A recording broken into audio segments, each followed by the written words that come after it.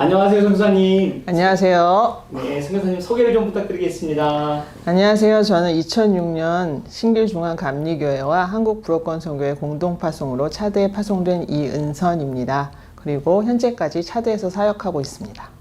네, 감사합니다, 선교사님. 차드 하면 이름도 생소한 나라인데 어떻게 차드에 가시게 되셨는지 소개를 좀 부탁드리겠습니다. 제가 딱 차드로 표적 부르심을 받은 건 아니고요. 제가 대학교 다닐 때 1년 동안 선교에 헌신한 선교만을 위해서 존재하는 교회를 섬기고 있었습니다. 그래서 선교 교육을 받고 가든지 보내든지 둘 중에서 하나를 이제 선택하는 것이 기독인의 사명이라고 배웠습니다. 그래서 저는 가는 사람들은 좀 특별한 사람들이라고 생각을 했어요. 그랬기 때문에 보내든지 쪽에 서서 제가 대학을 졸업하고 직장을 다니면서 이제 선교사님들 후원도 하고 선교단체 후원을 하고 이렇게 보내든지 측에 있었습니다. 근데 이제 96년 코스타 재팬을 통해서 아프리카 대륙 그리고 서아프리카 대륙에서 일하고 계신 선교사님의 강의를 듣게 됐습니다.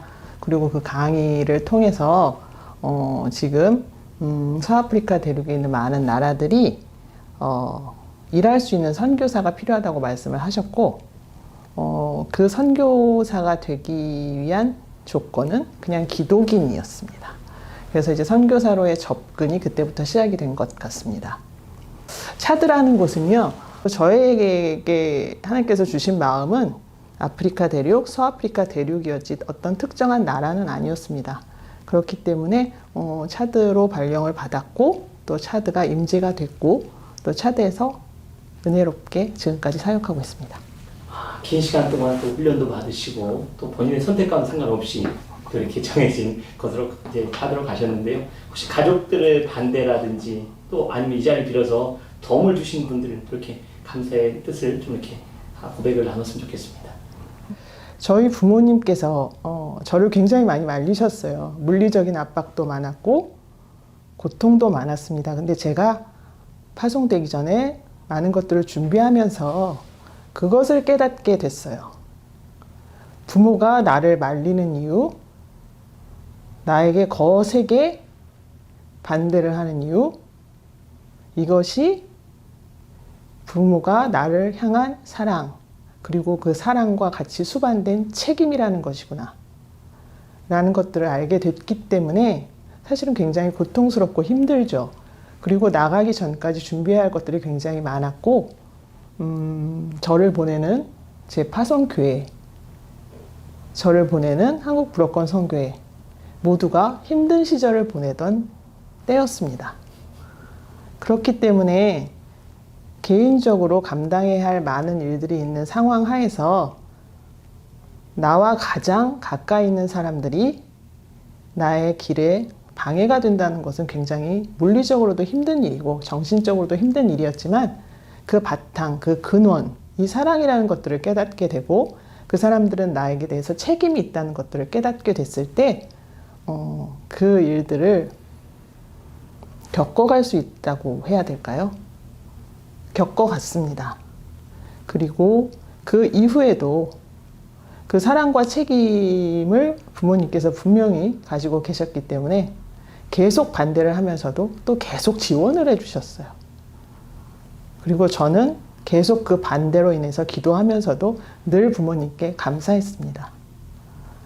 그래서 아마 그때 저만 이렇게 많이 힘들었던 게 아니라 사실은 선교회 대표 목사님 그리고 저를 파송해 주셨던 파송교회 담임 목사님도 같이 굉장히 정신적으로 또 물리적으로 힘든 상태에 계셨어요. 그럼에도 불구하고 저와 같이 저희 부모님의 마음들, 가족의 마음들을 많이 이해해 주셨습니다. 그래서 그 부분에 대해서 굉장히 감사를 드리고 있고 그리고 제가 파송될 때 아무도 훈련 받을 때만 해도 굉장히 저를 많이 응원해 주셨었어요. 모든 분들이. 근데 딱 파송을 받으니까 파송을 받는다고 하니까 한 발짝씩 물러나셨어요. 근데 다 이해가 되시죠, 그 상황들이. 근데 유일하게 한 분, 박숙경 사모님이라고 계셨는데 이제 그분이 저랑 같이 불어 공부를 하시던 분이었는데 이제 제 사정을 쭉 보더니 1번 안 되겠어, 2번 안 되겠어, 3번 안 되겠어, 되는 조건이 하나도 없네. 그럼 넌 못 가. 이렇게 말씀을 하셨어요. 그리고 나서 그래도 가는 거야. 그렇지 않으면 못 가는 거야. 아주 간단하게 말씀을 하셨어요. 그래서 제가 나가지 못할 여러 가지 조건 10개를 가지고 있었지만 한 번은 시도를 해볼 수 있었고 그 시도로 인해서 지금까지 또 이렇게 있을 수 있는 것 같습니다. 그래서 박순경 사모님 생각이 나고, 또 한 분은 이제 제가 프랑스에 있을 때 이제 김성현 목사님이라고 계셨는데, 그때도 이제 환경이 많이 좋지 않은 상황이었는데 그분께서 저에게 말씀해 주신 게 뭐냐면, 파송교회로 인해서 은혜를 받으면 좋지만 파송교회 안에서 네가 미랄이 되어서 한 사람 한 사람을 선교 마인드로 무장을 시켜주면 어떻겠느냐. 한국 불어권 선교회가 너를 정말로 서포트해주면 너무너무 좋겠지만 네가 한국 불어권 선교회의 자랑이 되면 어떻겠느냐 라고 말씀을 해주셨어요. 역시 간단한 말씀이었는데 그때부터는 조금 더 입장이 바뀌게 된 것 같아요. 내가 나를 파송한 단체들과 교회를 이해하게 되었고 또 그들의 편에 서게 되었습니다. 그럼 이제 지금은 좀 어떠세요? 가족들이나 주변에 참 쉽지 않은 결정으로 또 여기까지 오셨는데, 지금 가족들이나 또 함께 후원하는 분들은 그런 관계나 어떤 이해하는 폭들은 좀 어떠신 것 같으세요? 세월이 많이 흘렸기 때문에 일단은 체념, 2단은 인정, 그리고 세 번째는 진실하게 내 편이 될 수 있는 것은 나로 인한 것이 아니라 하나님으로 인한 것이잖아요. 그분들이 정말로 예수님을 인격적으로 인정하고 영접하고 그 다음에 기대할 수 있는 마음의 변화들. 근데 이제 물리적으로나 아니면은 뭐 관계적으로는 역시 든든한 지원군이 되어주고 계십니다. 네, 감사합니다. 쉽지 않게 차드로 가셔서 또 적응을 하셨을 텐데, 한국 문화하고 또 차드가 많이 다르지 않습니까? 그러면 거기서 겪어내셔야 될 어려움들도 있으셨을 텐데, 좀 차드에서 경험하셨던 독특한 문화나 좀 어떤 또 그런 에피소드가 있으시면 한번 소개를 부탁드립니다. 제가 이 질문에 대해서 상당히 많이 생각을 했었어요. 그리고 1번부터 10번까지 리스트를 쫙 뽑아보기도 했는데, 또 가만히 생각해 보니까 이제는 문화라는 것들이 어떤 주제가 되기에는 너무 다문화 사회에 우리가 살고 있다고 생각이 들었습니다. 한국 사회 안에서도 세대별대로 성별대로 문화가 다르고, 그래서 제가 지금 말씀드리고 싶은 거는 사실은 다른 문화라기보다는 같은 문화를 말씀드리고 싶어요. 오히려.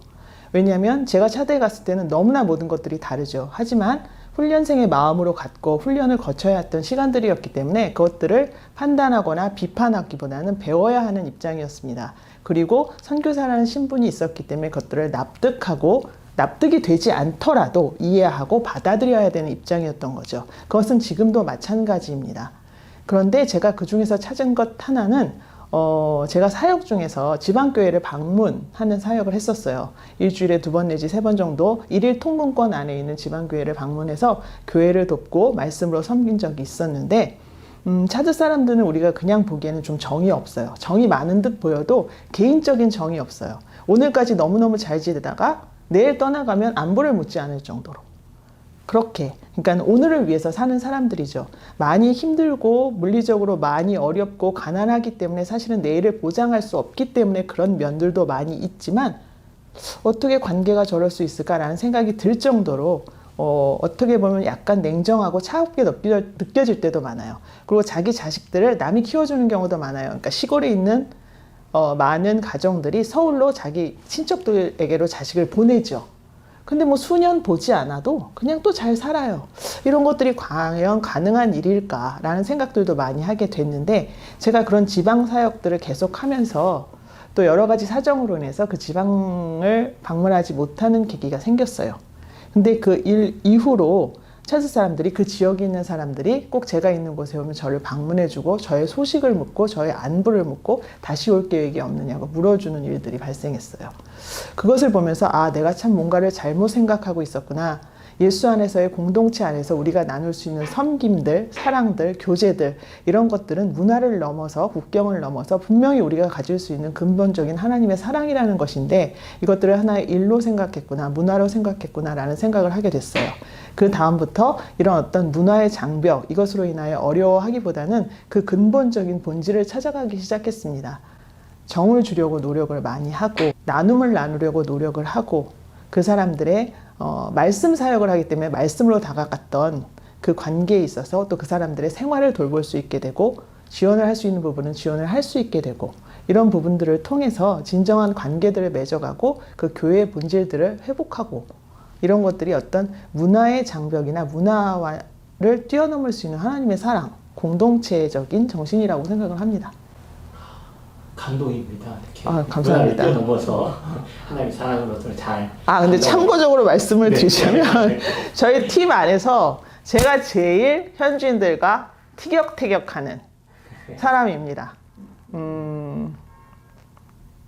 어떤 면에서 생각을 하실지 모르겠고 그렇지 모르겠지만 제가 좀 이렇게 대화도 많이 하고 아닌 거 아니라고도 하고 또 그 사람들한테 욕도 많이 먹고 사실은 그래서 가장 저희가 이루고 있는 공동체 안에서는 제가 현지인과 대화도 가장 많이 하는 사람이고 가장 티격태격을 많이 하는 사람입니다.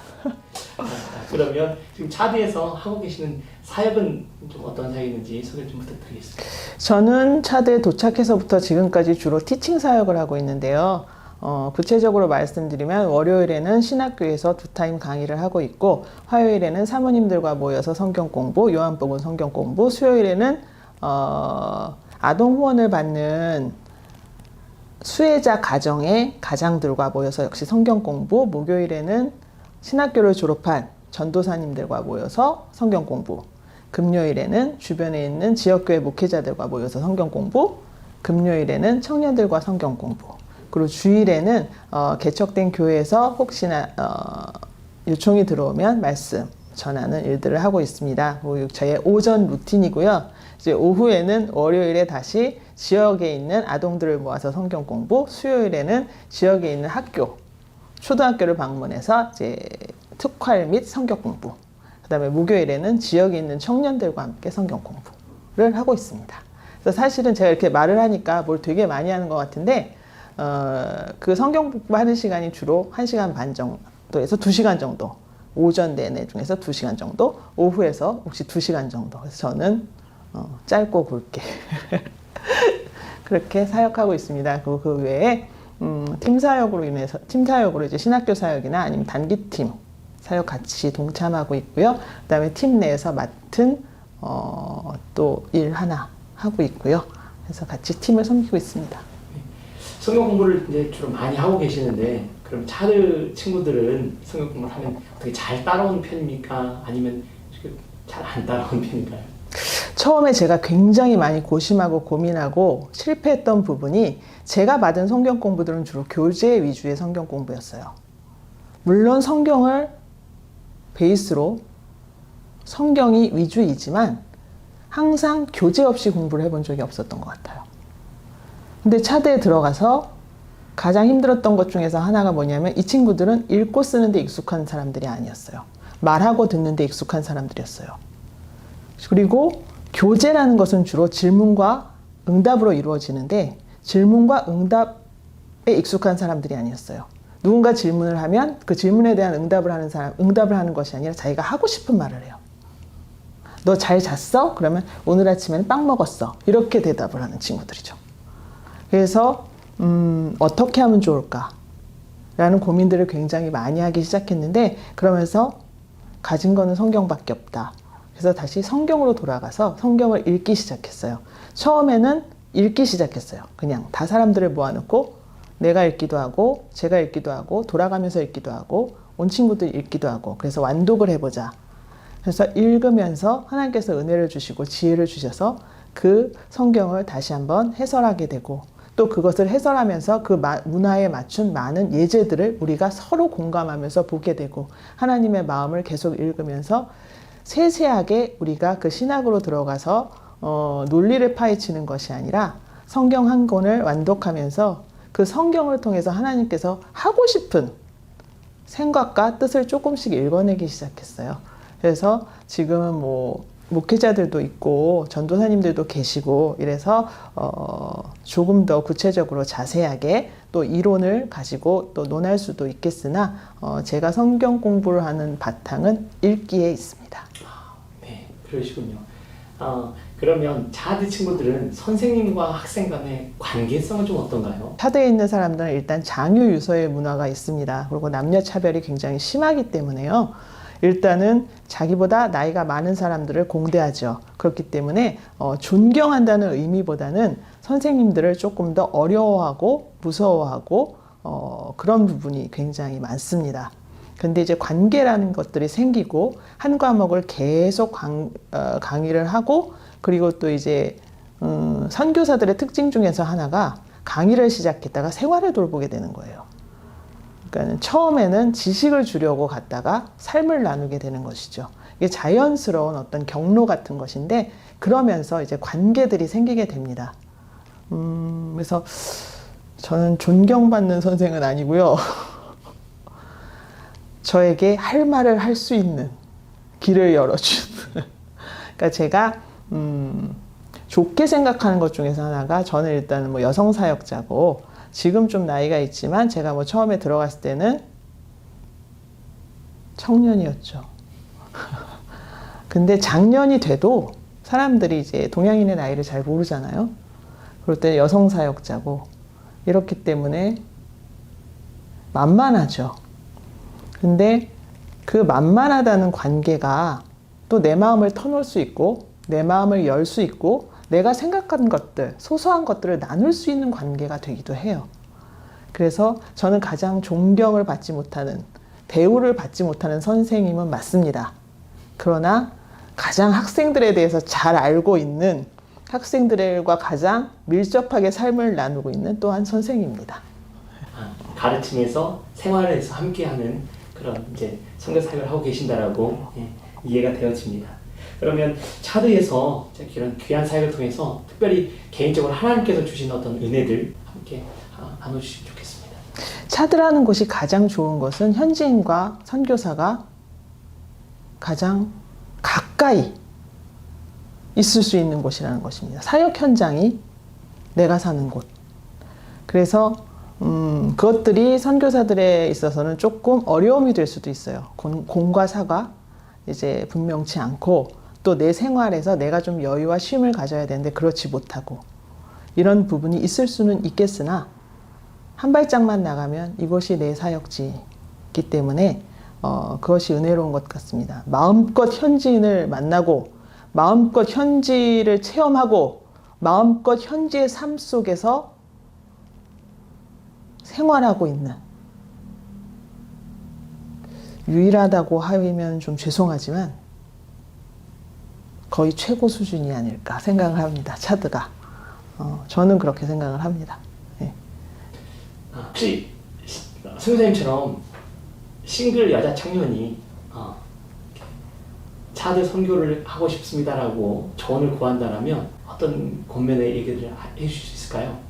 제가 받은 가장 큰 은혜는 공동체 안에서 나를 발견한 은혜예요. 근데 사실은 그거는 꼭 차드였기 때문은 아닌데 차드였기 때문입니다. 왜냐하면 공동체 안에서 누구나 발견할 수 있는 은혜인데 차드와 같은 공동체를 한국에서 갖기가 힘들죠. 사실은 어려워요. 그렇기 때문에 제가 말씀을 드리는 겁니다. 사역의 연수가 쌓이다 보니 뒤를 돌아봤을 때 그 사역의 흔적이 남는 것이 아니라, 눈에 보이는 것이 아니라 나를 울게 했던, 나를 섬겼던, 나를 참아주었던, 나를 사랑했던 그 사랑, 인내, 수고, 헌신들이 남더라고요. 그러면서 그것들을 깨닫게 되는 것이 굉장히 감사했고 그 감사한 반면에 굉장히 비참했습니다. 왜냐하면 누군가가 나를 참아줬을 때는 내가 굉장히 나쁜 사람이었겠죠. 누군가가 나를 인내했을 때는 나보다 괜찮은 사람이었겠죠. 그러면서 인간의 죄성을 너무 깊이 깨닫게 되고 정말 은혜 아니면 하루도 살 수 없다는 그 비참함과 풍성함을 동시에 깨닫게 됐습니다. 그것을 보여준 것이 공동체였습니다. 공동체가 아니었다면 제가 품위 유지가 아주 잘 돼서 좀 괜찮게 보일 수 있었을 텐데 나의 본질이 드러난 그 본질은 죄로 가득한 본질이었고 그렇기 때문에 은혜가 아니었으면 단 한순간도 살 수 없다는 것을 매일 고백하게 한 것이 바로 공동체였다고 생각합니다. 그래서 공동체를 통해서 받은 은혜가 가장 크고요. 그렇기 때문에 또한 내 마음을 몰라주는 동료들, 내 마음을 몰라주는 현지인들, 그때가 가장 큰 위기고 가장 큰 슬픔이고 또 반대로 나와 같이 한 곳을 바라보고 있는 현지인들, 나와 같이 동역하는 현장의 동료들, 이것이 제가 받은 가장 큰 은혜입니다. 그래서 차드를, 서아프리카를, 선교를 꿈꾸시는 많은 분들께 드리고 싶은 말씀은 구체적인 사역은 어디에 가서든 다 하실 수 있습니다. 좀 더 본질적으로 하나님 앞에 서셔서 정말로 이 부르심에 합당한 인생을 살 수 있도록 은혜를 구하시기 바랍니다. 네, 감사합니다. 진솔한 얘기들을 나누셔서 너무 감사드리고요. 마지막으로 그러면 차대 선교를 위한 성사님 기도 제목을 나눠주셨으면 좋겠습니다. 기도는 늘 구체적으로 저희 이제 10월 정도에 대선을 두고 있습니다. 그래서 여러분들 아시는지 모르겠지만 지난해 4월에 차드를 다스리고 있던 이드리스 데비 대통령이 이제 사망을 하게 됐어요. 그러면서 이제 임시정부 비슷하게 서게 됐습니다. 이제 이번 10월 정도에 아마 이제 대선을 치르게 될 것 같은데, 하나님께서 정말로 당신께서 선택하신, 사람이 차대의 지도자로 세워졌으면 좋겠습니다. 사람의 마음으로는 이 사람이다, 저 사람이다, 이 사람이 됐으면 좋겠다, 저 사람이 됐으면 좀 더 편리하지 않을까라는 생각들을 하겠지만 하나님께서 들어 쓰실 수 있는 사람들, 또 거기에 순종하여서 우리가 또 같이 이렇게 따라갈 수 있는 그런 믿음의 지도자가 꼭 세워졌으면 좋겠고요.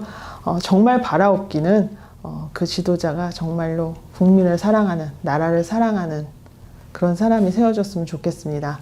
그리고 저희 지금 차드 선교회 안에 새 유닛, 새 가정이 다시 조인해서 그리스도의 몸을 이루게 되었습니다. 그래서 지금 현재 있는 사역하고 있는 유닛과 잘 앙상블 조화를 이루어서 정말로 하나님께서 선하시고 기쁘시게 여기는 그 방향으로 우리가 연합해서 갔으면 좋겠습니다. 그래서 두 가지를 위하여 기도해 주시고요. 그 다음에 아까 말씀드린 대로 이것은 차들을 위한 꼭 기도 제목 아니고 저를 위한 기도 제목이기도 한데요. 제가 많은 소그룹 모임들을 가지고 있습니다. 근데 정말로 성령의 능력, 말씀의 능력, 언어의 능력이 아니면 할 수 없는 일들입니다. 그래서 말씀의 능력을 주시고 언어의 능력을 주시고 정말로 용기를 주셔서 제가 그 말씀을 살아낼 수 있도록 기도해 주시기 바랍니다. 네, 감사합니다. 함께 기도하겠습니다. 네, 감사합니다.